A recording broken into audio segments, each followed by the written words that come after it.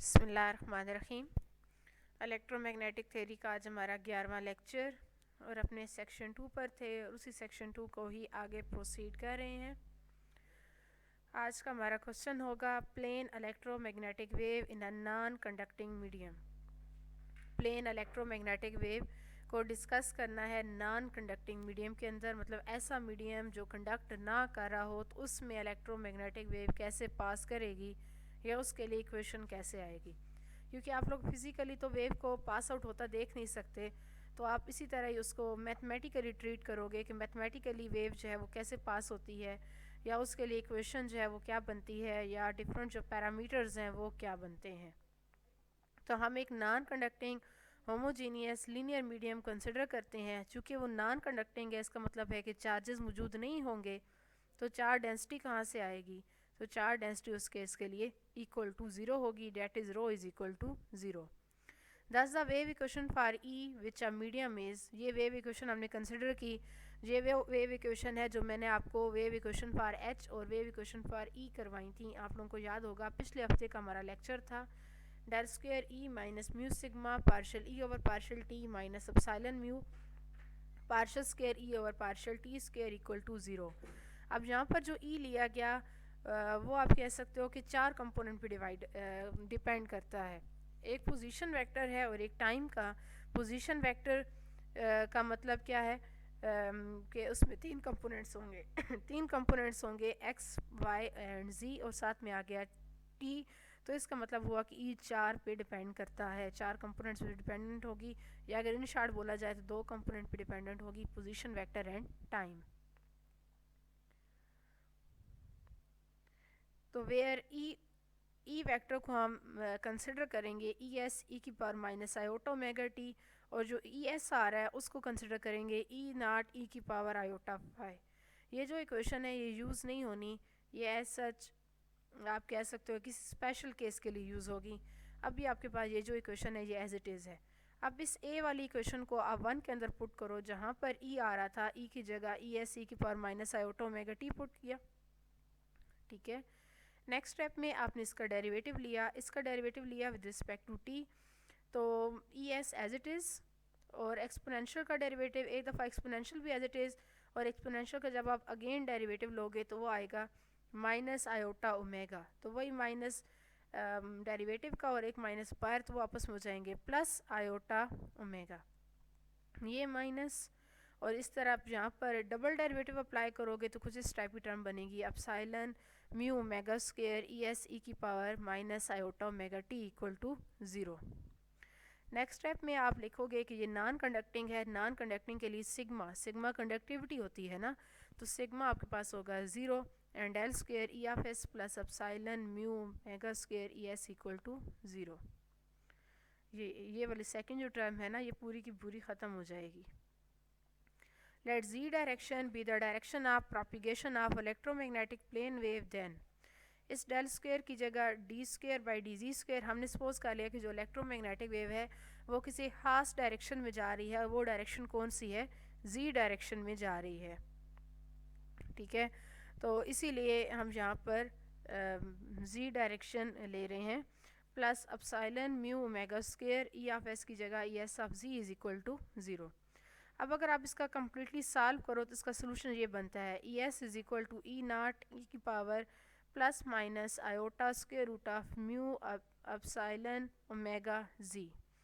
ये as it is आप result याद रखोगे क्योंकि हम सोल्यूशन इसके अंदर निकालेंगे नहीं। नेक्स्ट ई नाट को हमने डिस्क्राइब किया कि ई नाट क्या है, ई नाट x I plus E naught Y J plus ई नाट जी के, ये एक कांस्टेंट वेक्टर है। डेल डॉट डी इक्वल है ज़ीरो के, ये हमने पहले भी कंसिडर किया हुआ है। आप वो फर्स्ट मैक्सवेल इक्वेशन यूज़ करो ना, del dot D is equal to rho over epsilon naught की फॉर्म में, या del dot D is equal to rho. तो ज़ीरो क्यों लिखा, क्योंकि यहाँ पर जो चार्ज डेंसिटी है वो इक्वल टू ज़ीरो है। फिर डी की जगह मैंने ओपन की value epsilon dot E, epsilon zero के साथ जाके ज़ीरो हो गया, और del dot E equal to zero. फिर ई की जगह जो हमने वैल्यू लेट की हुई थी हमारी सेकंड इक्वेशन थी, ये इक्वेशन ए, इससे वैल्यू उठा के उधर पुट की है, ई एस ई की power minus iota omega T equal to zero. Del dot E S equal to zero फिर ई एस का जो सोल्यूशन आया था वो पुट कर दिया, ई नाट ई की power plus minus iota square root of mu epsilon omega G equal to 0। Next step में मैंने डेल डिफरेंशियल ऑपरेटर को ओपन किया, D by D X I plus D Y J plus D by D G K. इस तरह ई नाट vector को भी open किया और ये जो एक्सपोनेंशियल फैक्टर था वो आपके पास एज इट इज़ रहा। फिर ये तो तीनों कंपोनेंट आ रहे थे और हमने प्रोपिगेशन ऑफ वेव की एक स्पेसिफिक डायरेक्शन ले ली थी और एक स्पेसिफिक डायरेक्शन आपके पास कौन सी थी, जी थी। तो इसीलिए यहाँ पर डी बाई डी जी के लॉन्ग लिया, ई नाट ऑफ जी ई की power plus minus iota square root of mu epsilon omega Z. इसका भी डेरिवेटिव लें विद रिस्पेक्ट टू जी तो कुछ इस टाइप की इक्वेशन बनेगी, ठीक है, ये भी इक्वल टू 0 होगी। अब नेक्स्ट स्टेप में चूँकि एक्सपोनेंशियल फैक्टर जब इक्वल टू 0 नहीं हो सकता तो हम कंसिडर करेंगे कि ई नाट ऑफ जी जो है वो इक्वल टू 0 है। ई नाट ऑफ जी इक्वल टू 0 ले लिया। अब दोबारा अपने सोल्यूशन की तरफ आएँ तो सोल्यूशन हमारा E S is equal to E naught vector था। ई नाट वैक्टर तो ज़ाहिर है तीनों में ओपन होगा, ई नाट x I plus E Y J plus ई नाट जी के। तो यहाँ पर ई नाट जी हमने क्या लिया है, इक्वल टू 0 लिया है, तो इसीलिए हमारे पास सिर्फ अब 2 कंपोनेंट रह गए हैं। इस इक्वेशन का मतलब क्या है कि हमारे पास वेव पूरी जी डायरेक्शन में जा रही है। ये फॉर एग्जांपल जी डायरेक्शन है। आपको मैंने मैक्सवेल इक्वेशंस जब मैंने शुरू की थी तो आपको एक स्ट्रक्चर दिखाया था इलेक्ट्रोमैग्नेटिक वेव का, उसको अगर आपको याद हो तो इलेक्ट्रोमैग्नेटिक वेव में जो इलेक्ट्रिक फील्ड और मैग्नेटिक फील्ड कंपोनेंट होते हैं वो आपस में वेरी करते रहते हैं, उन्हें डायरेक्शन चेंज करते हैं। फॉर एग्जांपल इलेक्ट्रिक फील्ड अगर अपवर्ड है तो अगले साइकिल में वो डाउनवर्ड आ जाती है। तो इसी तरह ये आपस में ये प्रोपिगेशन चलती रहती है और ये प्रोपिगेशन अब किस किस के अलॉन्ग होगी, एक्स और वाई के अलॉन्ग। फॉर एग्जांपल यहाँ पर एक्स ले लें, यहाँ पर वाई ले लें, तो वेव चल जी के अलॉन्ग रही है लेकिन कंपोनेंट की जो प्रोपिगेशन है वो एक्स और वाई के अलॉन्ग चल रही है। Now we can interpret the electric field vector of a plane electromagnetic wave in a Z direction is given by E R T is equal to E X E की power minus iota omega T. वही value put की गई, E naught X I plus E naught Y J, और साथ में मतलब ये पूरी ई एक्स की वैल्यू जो यहाँ से सोल्यूशन आया था ना ये लिया गया और ई की power minus iota omega T ली गई और बाद में फिर उन दोनों को एक ही एक्सपोनेंशियल के अंदर कर लिया गया, मतलब आयोटा ओमेगा को बाहर कॉमन ले लिया और अंदर फैक्टर जो है वो इस टाइम के आ गए। तो ये आपके पास है electric field for non conducting medium, और कंडक्टिंग और नॉन कंडक्टिंग केसेस पेपर के अंदर भी आते हैं। सो ध्यान से और आराम से कीजिएगा और फुली समझने की कोशिश कीजिएगा। मज़ीद कोई मसला हुआ तो मुझसे डिस्कस भी कर लीजिएगा। तो इंशाल्लाह हम लोग कोशिश करेंगे कि हमारा ज़्यादा से ज़्यादा कोर्स कवर हो। तो इसीलिए आज मैंने शार्ट टॉपिक होने की वजह से दूसरा टॉपिक भी साथ एडजस्ट किया है, और दूसरा टॉपिक है कि wave equation for scalar and vector potential for media with source, और इसको हम लॉरेंट्ज़ गेज भी कहते हैं। गेज आप कह सकते हो एक टाइप की ट्रांसफॉर्मेशन होती है, डिफरेंट ट्रांसफॉर्मेशन यूज़ की जाती हैं डिफरेंट इक्वेशन को सॉल्व करने के लिए। तो यहाँ पर लॉरेंट्ज़ गेज ली गई, मतलब एक टाइप की आप कह सकते हो कि ये ट्रांसफॉर्मेशन है और ये ट्रांसफॉर्मेशन भी मैक्सवेल की इक्वेशन को ही यूज़ कर रही है। हमने एक मीडियम लिया जो लीनियर, होमोजीनियस और आइसोट्रॉपिक है। Sources rho of R T and J of R T हैं। अकॉर्डिंग टू मैक्सवेल इक्वेशन, ये फोर्थ मैक्सवेल इक्वेशन है जिसे हम अम्पेयर मैक्सवेल लॉ भी बोलते हैं। Del cross H is equal to J plus partial D over partial T, ये हमारे पास होती है इक्वेशन 1। अब आप इसे मल्टीप्लाई करें म्यू के साथ, तो del cross mu H is equal to mu J plus mu partial D over partial T. अब आपको पता है कि जो बी है वो इक्वल होता है म्यू एच के। हलबन हमने ये कल जो टॉपिक किया था उसके अंदर यूज़ किया था कि बी जो है वो इक्वल होता है म्यू एच के। तो बी म्यू एच की जगह बी लगा दिया गया, mu J as it is plus mu D की जगह एप्सिलॉन ई लगा दिया गया over partial T into equation 2 बन गई। Since the magnetic induction has zero divergence, हम ये जानते हैं कि जो डेल डॉट बी होता है वो इक्वल होता है ज़ीरो के। आई थिंक सो हमारी सेकेंड मैक्सवेल इक्वेशन है। Also divergence of a curl of a vector, और ये divergence of curl of a vector का रूल है कि डेल डॉट डेल क्रॉस से इक्वल होता है ज़ीरो के। तो ये हमारी बन जाएगी इक्वेशन 2। अब 1 और 2 दोनों को कंपेयर करो तो वहाँ से फॉर्म बन जाती है B is equal to del cross A, और ये फॉर्म बहुत ज़्यादा आगे यूज़ होने वाली है, तो इसको भी ध्यान से और कीजिएगा। अच्छा, आल्सो बाय मैक्सवेल इक्वेशन हम एक और मैक्सवेल इक्वेशन के बारे में भी जानते हैं कि वो इक्वल होती है del cross E is equal to minus partial B over partial T। ये होगी इक्वेशन 4।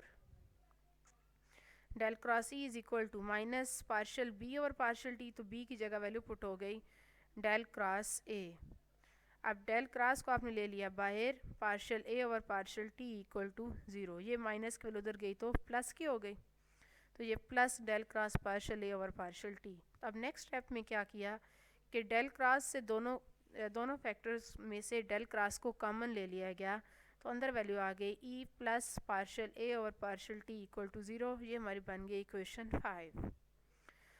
फिर हमने एक वेक्टर आइडेंटिटी कंसिडर की। वेक्टर आइडेंटिटी होती है ना कि अगर डेल क्रॉस डेल फाई हो, मतलब सेम डेल हो, सेम फंक्शन हो और उनके दरमियान क्रॉस प्रोडक्ट हो, तो आंसर क्या देता है 0। तो उसी रूल को यूज़ करते हुए मैंने फंक्शन लिया कि del cross minus del phi equal to 0। अगर आप इस तरह याद रखें वेक्टर आइडेंटिटी तो तब भी ठीक है, और आपने वैसे फर्स्ट सेक्शन के अंदर ये पढ़ चुके हो कि इलेक्ट्रिक फील्ड इक्वल होती है पोटेंशियल ग्रेडियंट के, मतलब E equal to minus del phi, ये भी पढ़ चुके हो। तो यहाँ पर दोनों तरफ से कर ले लो तो तब ये इक्वेशन बन जाती है कि del cross into minus del phi equal to 0। अब इक्वेशन 5 और इक्वेशन 6 को कंपेयर करो। 5 और 6 आपको मैं दोबारा दिखाती हूँ। ये 5 है और ये 6 है। इनकी जो राइट हैंड साइड है वो सेम है, सो लेफ्ट हैंड साइड भी सेम होगी।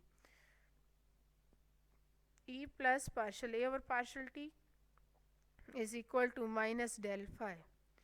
E is equal to minus del phi, ये प्लस की वैल्यू है उसको उधर ले जाएंगे तो वो आ जाएगी minus partial A over partial T। ये होगी इक्वेशन 7। अब अगेन यूज़ करें इक्वेशन 3 और इक्वेशन 7 को इन इक्वेशन 2 में। इक्वेशन 2 तो अभी आपको भूल चुकी होगी, मेरे ख्याल में मुझे आपको दोबारा इक्वेशन 2 दिखानी चाहिए। इक्वेशन 2 ये थी del cross B is equal to mu J plus mu naught अब partial over partial T into epsilon E। Del cross A is equal to mu J plus mu epsilon partial by partial T into E की जगह ये equation 7 से value उठा ली गई minus del phi minus partial A over partial T। Del cross A अब just arrange किया गया है। ये जो वैल्यू आ रही थी ना, ये जो वैल्यू आ रही थी आपके पास, ये ब्रैकेट के अंदर थी ना, पार्शियल डेरिवेटिव बाहर था।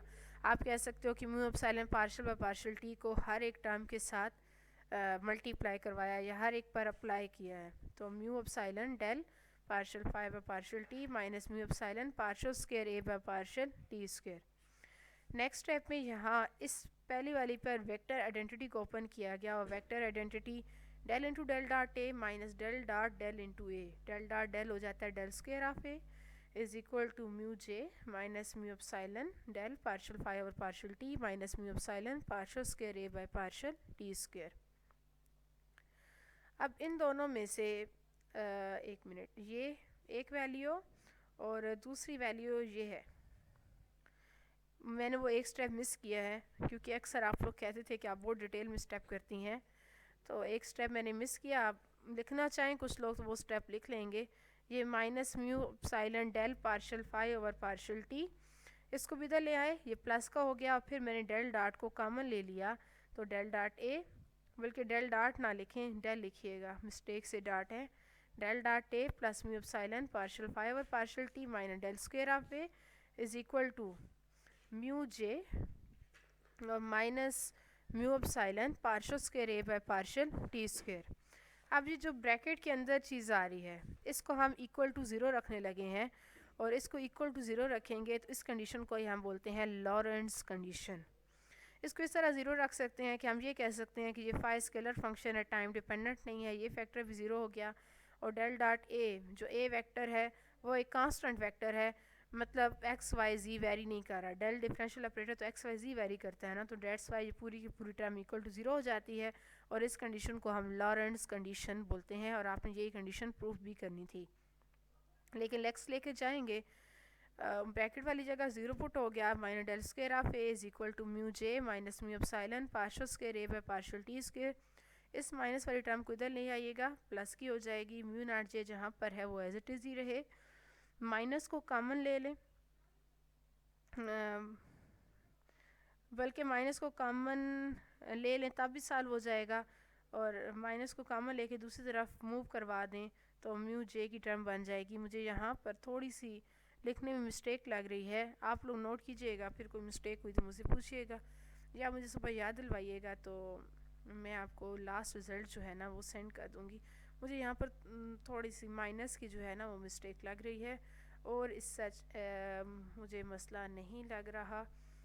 माइनस को मूव करवाया गया तो मेरे ख्याल में ये माइनस जब उधर जाएगा ना तो वो माइनस को गया तो ये माइनस टर्म आएगी, मतलब यहाँ पर माइनस आना चाहिए। आप लोग जब मज़ीद सॉल्व करोगे तो माइनस आना चाहिए, आप लोग देखिएगा, और माइनस ना आ रहा हुआ तो फिर मुझे बताइएगा, डिस्कस कर लेंगे। इसको ऐसे कूलम गेज कहते हैं, लेकिन एक ब्रैकेट के अंदर लिख दीजिएगा कि ये कूलम गेज है। मेरे ख्याल में कूलम गेज की एक अलग रिप्रेजेंटेशन है, वो मैं आपको करवाऊँगी, तो तब आपके पास कूलम गेज का एक अथेंटिक रिज़ल्ट आएगा। अभी आप इसे लॉरेंस गेज का नाम दे सकते हो, जो हमने कम्प्लीटली पहले लॉरेंस गेज का नाम दे दिया है।